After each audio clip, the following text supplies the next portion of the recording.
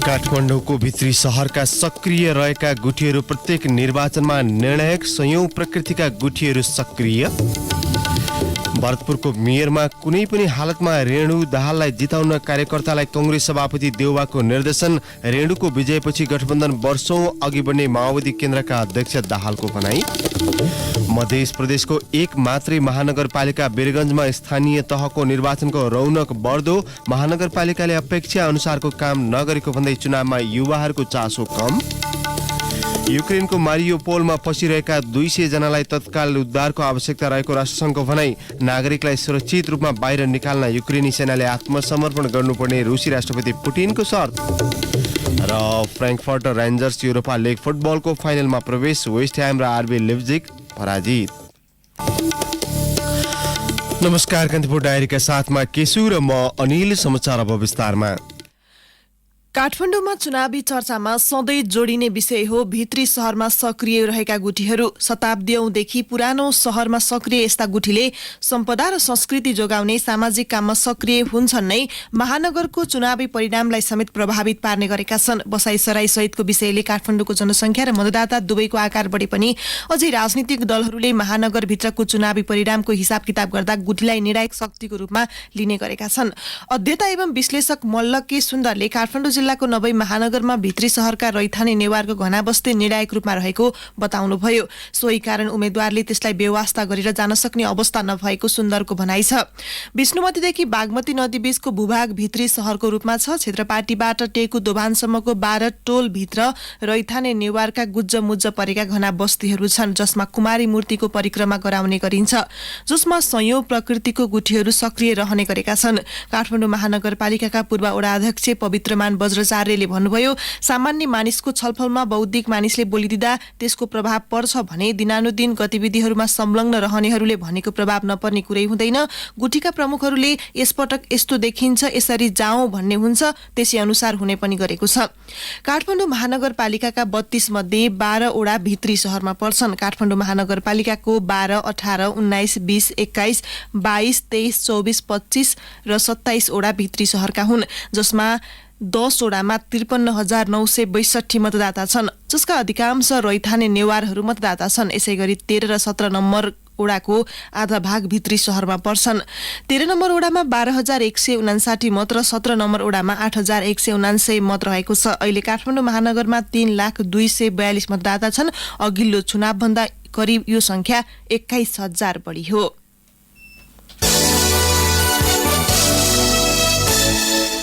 प्रधानमन्त्री शेरबहादुर देउवाले चितवनको भरतपुर महानगरपालिकाको मेयरमा रेणु दाहाललाई कुनै पनि हालतमा जिताउनु पर्ने बताउनु भएको छ।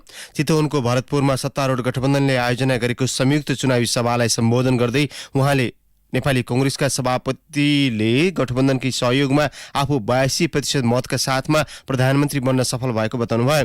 कुनै पनि पार्टीले एक्लै देश बनाउन नसक्ने भन्दै गठबन्धन राष्ट्रिय आवश्यक रहेको देउवाको भनाइ छ। गठबन्धनका प्रति विश्वास भएर मात्र गठबन्धनलाई नै समर्थन गरेको कुरा हो भन्ने कुरा स्पष्ट गर्न चाहन्छु। चितवनका साथीको झन् कर्तव्य छ रेणु दाहालजीलाई कुनै पनि शङ्का नहुने स्थितिबाट सहयोग गर्नुपर्छ भन्ने मेरो माग छ। त्यसकारण चाहिँ कामको कुरा भन्नुहुन्छ भने मलाई धेरै मानिसले भन्नुहुन्छ बेलुजी कहीँ पनि बेलुजी भएको नगरपालिका मेयर हो, बेलुजी नै छैन। बेलुजी पुरा फर्सर भएको छ। अहिलेसम्म धेरै कम मेयर होला जसले बेलुजी जसको बेलुजी छैन। माओवादी केन्द्रका अध्यक्ष पुष्पकमल दाहालले भरतपुरको मेयरमा रेणु दाहालको विजय पश्चात गठबन्धन वर्षौं अघि बढ्न सक्ने बताउनुभयो। राष्ट्रिय आवश्यकताको गठबन्धनलाई नजरअन्दाज गरे मुलुक दुर्घटनामा फस्ने दाहालले चेतावनी दिनुभयो। तपाईँ चितवनवासी जनताले उत्साहपूर्ण ढंगले भोट हालेर यो टिम रेणु दाहाल र चित्रसेन अधिकारीको टिमलाई विजयी गराउनु भयो भने म निकै उत्साहित हुनेछु र यो गठबन्धनलाई 10, 15, 20 वर्ष लाने मेरो प्रतिबद्धता हुनेछ। एकीकृत समाजवादी पार्टीका अध्यक्ष माधव कुमार नेपालले गठबन्धनमा कतिपय पालिकामा सहमति नभएका ठाउँमा पनि सहमति जुटाउन नेता कार्यकर्तालाई आग्रह गर्नुभयो। गठबन्धनको लक्ष्य पूरा गर्न एकताबद्ध भएर बढ्नुको विकल्प नभएको नेपालको भनाइ छ। सहमति भएको ठाउँमा सहमतिको आधारमा सबैले लाग्ने र जसरी पनि जिताउने यो आफ्नो कर्तव्य ठान्नु पर्दछ।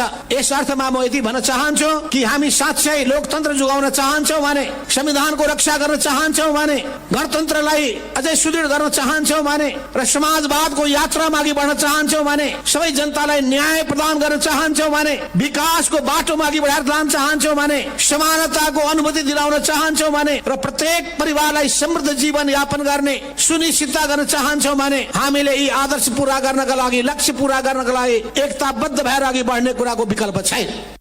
नेपाली कांग्रेसका वरिष्ठ नेता रामचन्द्र पौडेलले भरतपुरको मेयरमा स्वतन्त्र उम्मेदवारी दिएका जगन्नाथ पौडेल इमोसन र उत्तेजनामा मात्रै उत्रिएको बताउनुभयो। सभालाई सम्बोधन गर्दै भरतपुरको मेयर पदमा गठबन्धनको संयुक्त उम्मेद्वार माओवादी केन्द्रकी नेत्री रेणु दाहालले भरतपुरलाई आर्थिक विकासको केन्द्रका रूपमा अघि बढाउने प्रतिबद्धता जनाउनुभयो।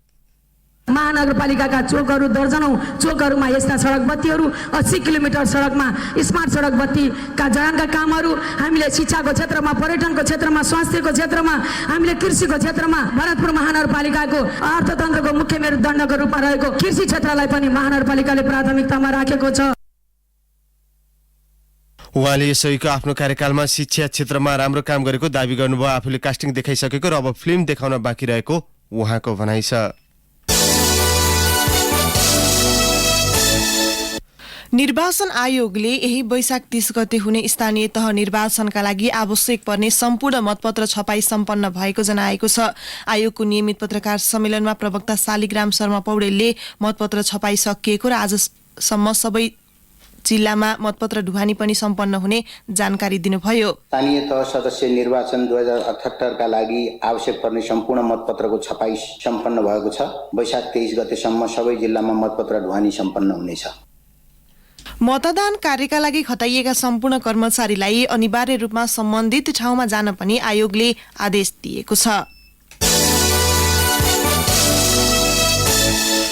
अब स्थानीय तह निर्वाचन विशेष। स्थानीय तह निर्वाचन विशेष।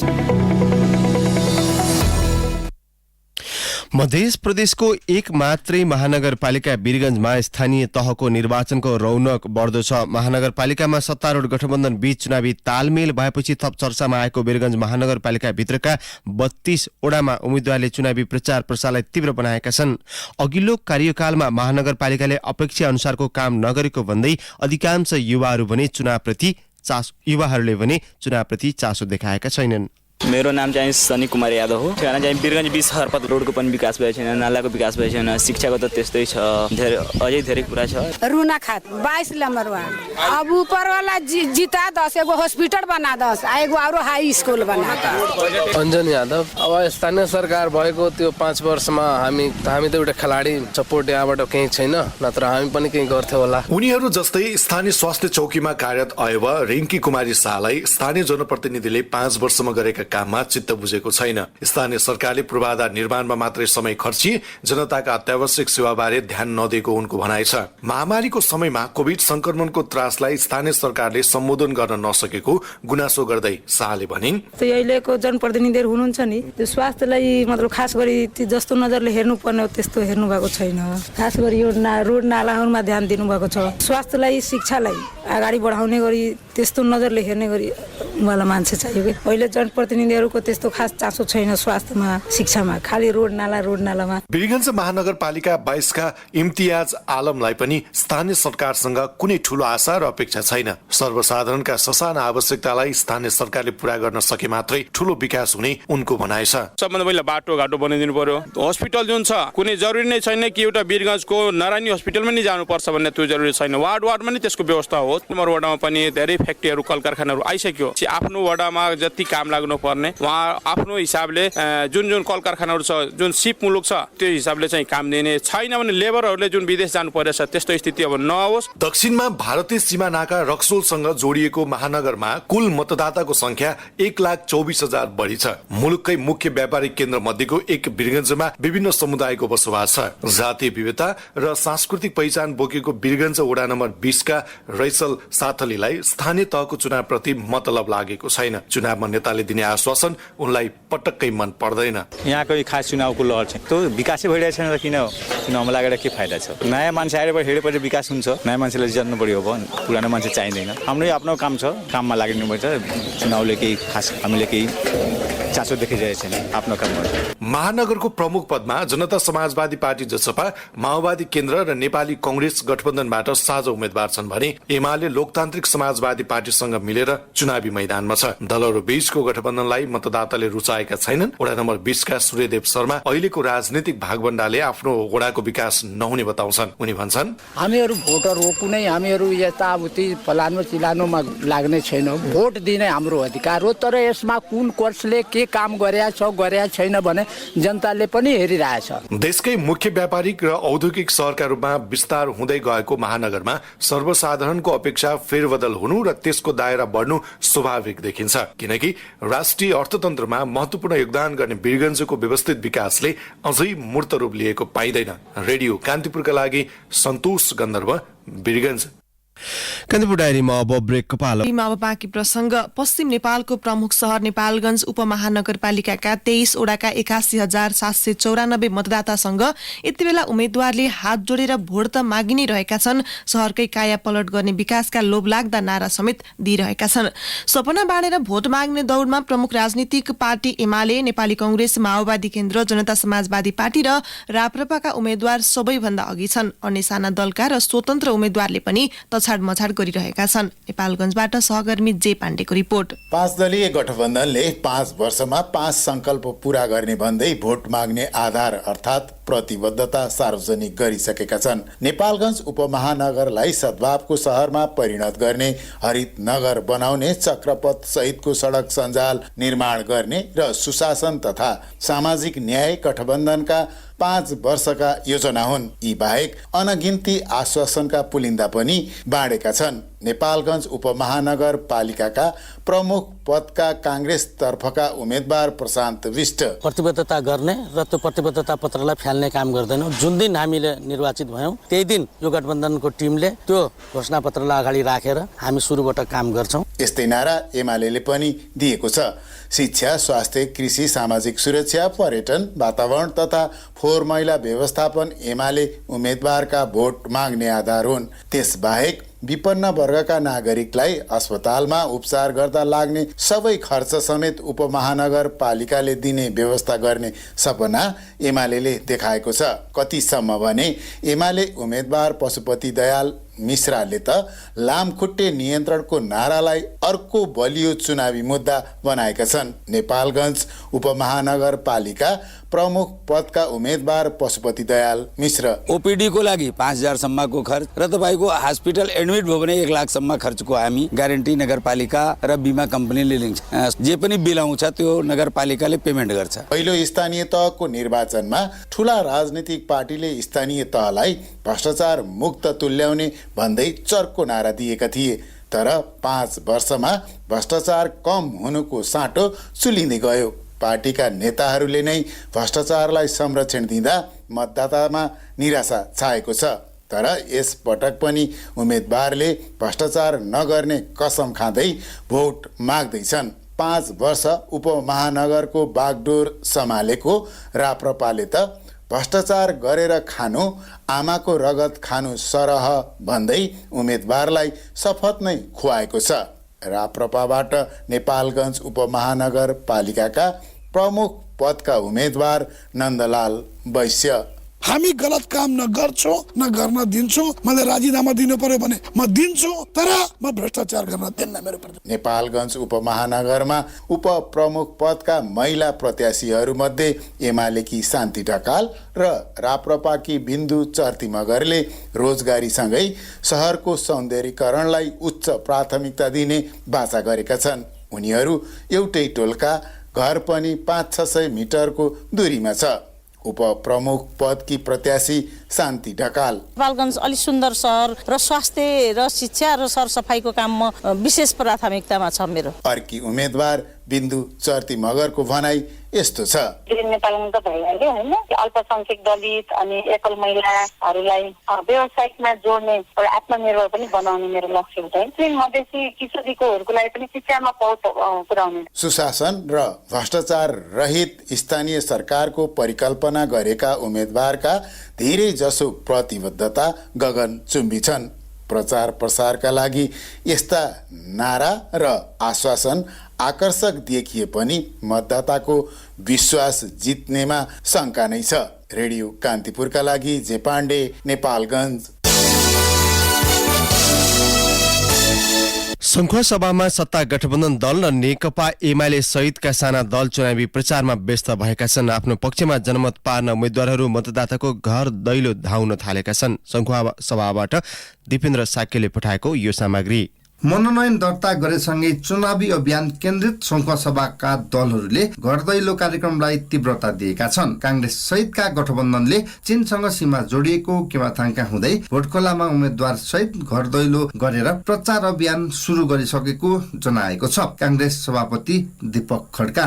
अहिले कांग्रेसको भन्दा पनि गठबन्धनको चुनावी अभियान छ। हामीले घर दैलो कार्यक्रमहरू गरेका छौँ, सोसल मिडियाहरू प्रयोग गरेर प्रचार प्रसारलाई तीव्रता दिएका छौँ र हामीहरूले प्रत्येक घरमा पुग्ने अभियानका साथ गठबन्धनका सबै साथीहरू लिएर हामीहरूले गठबन्धनका सबै उम्मेदवारहरूलाई जिताउँ भन्ने नाराका साथ हामीहरू अगाडि बढेका छौँ। नेकपा एमाले सहित साना दलका उम्मेद्वार पनि समूह विभाजन गरेर प्रचारमा जुटेका छन्। एमालेका अध्यक्ष जित बहादुर घिमिरे आफ्नो कार्यक्षेत्रमा गएर काममा जुट्न, प्रचारमा लाग्न र सबै कार्यकर्तालाई चाहिँ परिचालित गर्नु, सबै वडा कमिटीसम्मको चाहिँ परिचालित कमिटी बनाएर चाहिँ अहिलेको अवस्थामा हामी चाहिँ सबै चाहिँ फुल्ली हाम्रो तर्फबाट, हाम्रो पार्टीको तर्फबाट चाहिँ हामीले सम्पूर्ण काम चाहिँ सम्पन्न गरिसकेका छौँ र अहिले सबै पार्टीका नेता कार्यकर्ता चाहिँ अब चुनावी अभियानमा चाहिँ अहिले चाहिँ संलग्न भएको अवस्था हो। 10 स्थानीय तह रहेको संखुवा सभामा 7 स्थानीय तहमा गठबन्धन र एमाले बीच प्रतिस्पर्धा हुने भएको छ। बाँकी 3वटामा भने कांग्रेस, एमाले र माओवादी बीच हुने प्रतिस्पर्धाले चुनाव रोचक हुने देखिएको छ।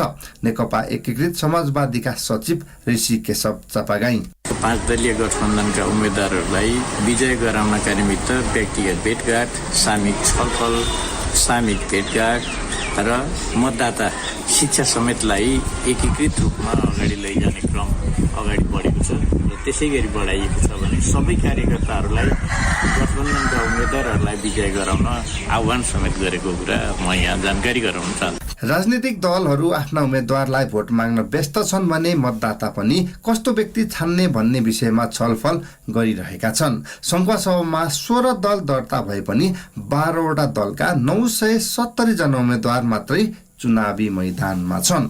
रेडियो कान्तिपुरका लागि दिपेन्द्र साक्य, संखुवा सभा।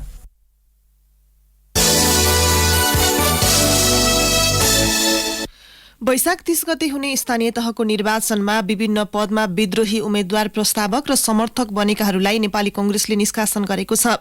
पार्टी कार्यालय सचिव कृष्ण प्रसाद पौडेलद्वारा जारी विज्ञप्तिमा पार्टीका आधिकारिक उम्मेद्वार र पार्टीले समर्थन गरेका उम्मेद्वारका विरुद्धमा विद्रोही उम्मेद्वारी दर्ता गराएका र त्यस्ता उम्मेद्वारको प्रस्तावक र समर्थक बनेका पार्टी सदस्यको सदस्यता स्वतः समाप्त भई पार्टीबाट निष्कासित हुने वैधानिक व्यवस्था रहेको उल्लेख गरिएको छ।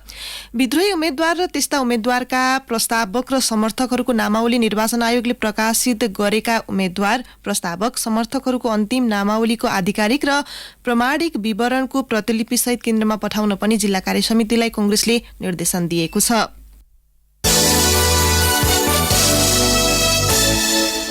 नेपाल प्रहरीका अतिरिक्त महानिरीक्षक एआईजीपी विश्वराज पोखरेलको रिट निवेदनमा सर्वोच्च अदालतले अन्तरिम आदेश दिन अस्वीकार गरेको छ। न्यायाधीश सुषमा माथेमाको एकल इजलासमा तोकिएको सुनवाई नसकिएपछि हेर्दैमा राखिएको थियो। सरकारी वकिलले रिट उपर हिजो बहस गरेका थिए। बहसपछि न्यायाधीश माथेमाको इजलासले निवेदक पोखरेलको माग दावी गरे बमोजिम अन्तरिम आदेश दिन अस्वीकार गरेको हो। आदेशमा विपक्षी धीरज प्रताप सिंहले काम सुरु गरिसकेको अवस्थामा पूर्ण सुनवाईबाट नै रिटको न्यायिक निरूपण हुने ठहर समेत गरेको छ। पूर्ण सुनवाई आगामी जेठ 17 गतेका लागि तय गरिएको छ। कान्तिपुर डायरीमा पुनः ब्रेकको पालो। अब आर्थिक प्रसंग नेपाल आयल निगमले हाल खपत भइरहेको औसत परिमाण भन्दा बढी एलपी ग्यास आयात भइरहेको दावी गरेको छ। बजारमा उपभोक्ताले सहज रूपमा ग्यास नपाइरहेका बेला निगमले विज्ञप्ति जारी गर्दै विगतका महिनाको तुलनामा ग्यासको आयात परिणाम बढेको समेत सार्वजनिक गरेको छ।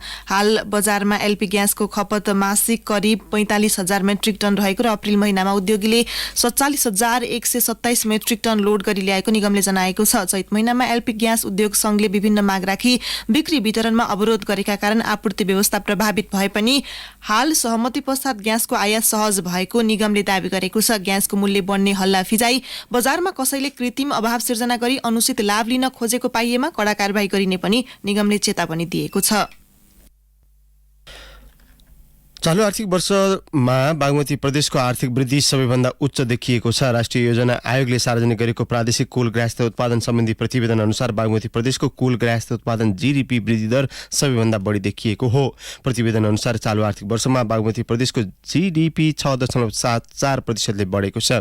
गण्डकी प्रदेशको आर्थिक वृद्धि 6.17, कर्णालीको 5.47, प्रदेश 1 को 5.41, लुम्बिनीको 5.36, सुदूरपश्चिमको 4.93 र मध्य प्रदेशको 4.82% आर्थिक वृद्धि भएको छ।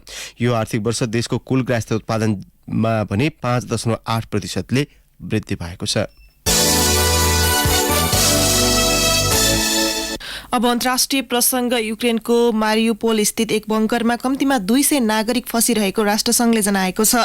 रुसले मारियुपोलमा तेस्रो चरणको आक्रमणको तयारी गरिरहेको भन्दै 200 भन्दा बढी सर्वसाधारणलाई उद्धारको आवश्यकता रहेको राष्ट्रसंघको ठहर छ। राष्ट्रसंघका महासचिव एन्टोनियो गुटेरेसले भन्नुभयो, मानिसहरूलाई नर्कबाट निकाल्नका लागि सबै प्रयास गर्नुपर्छ। रुसी राष्ट्रपति भ्लादिमिर पुटिनले भने नागरिकहरूलाई सुरक्षित रूपमा बाहिर निकाल्नका लागि युक्रेनी सेनाले आत्मसमर्पण गर्नुपर्ने बताउनु भएको छ। मारियुपोलमा यसअघि नै आफूहरूले विजय प्राप्त गरिसकेको पुटिनको भनाइ छ। मारियुपोलको औद्योगिक क्षेत्रलाई सिल गर्न राष्ट्रपति पुटिनले आफ्ना सेनालाई निर्देशन दिनुभएको छ। विश्व शीत युद्धका क्रममा युक्रेनले निर्माण गरेको सबैभन्दा ठूलो औद्योगिक क्षेत्रको आणविक भट्टीलाई रुसी सेनाले नियन्त्रणमा लिएको बीबीसीले जनाएको छ। कान्तिपुर डायरीमा अब खेल प्रसंग। फ्र्याङ्कफर्ट र रेन्जर्स युरोपा लिग फुटबलको फाइनलमा पुग्न सफल भएका छन्। फ्र्याङ्कफर्टले वेस्ट ह्याम युनाइटेडलाई 1-0 गोल अन्तरले पराजित गर्दै फाइनल यात्रा तय गर्न सफल भएको हो। गैरेतीबाईको दोस्रो लेगको 1-0 को जितसँगै फ्र्याङ्कफर्टले समग्रमा 3-1 गोल अन्तरको जित निकालेको छ। खेलको 19औं मिनेटमा डिफेन्डर आरोन क्रेसवेलले रातो कार्ड खाँदै बाहिरिएपछि खेल फ्र्याङ्कफर्टको पोल्टामा परेको थियो। राफायल बोरेले फ्र्याङ्कफर्टका लागि एक मात्रै गोल गरे। यसैगरी गैरातीबाईको दोस्रो सेमिफाइनलमा आरबी लिप्जिगलाई हराउँदा रेन्जर्सले पनि फाइनलमा स्थान बनाएको छ।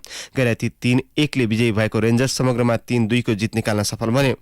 फाइनलमा रेन्जर्स र फ्र्याङ्कफर्ट बीच मे 19 मा प्रतिस्पर्धा हुनेछ।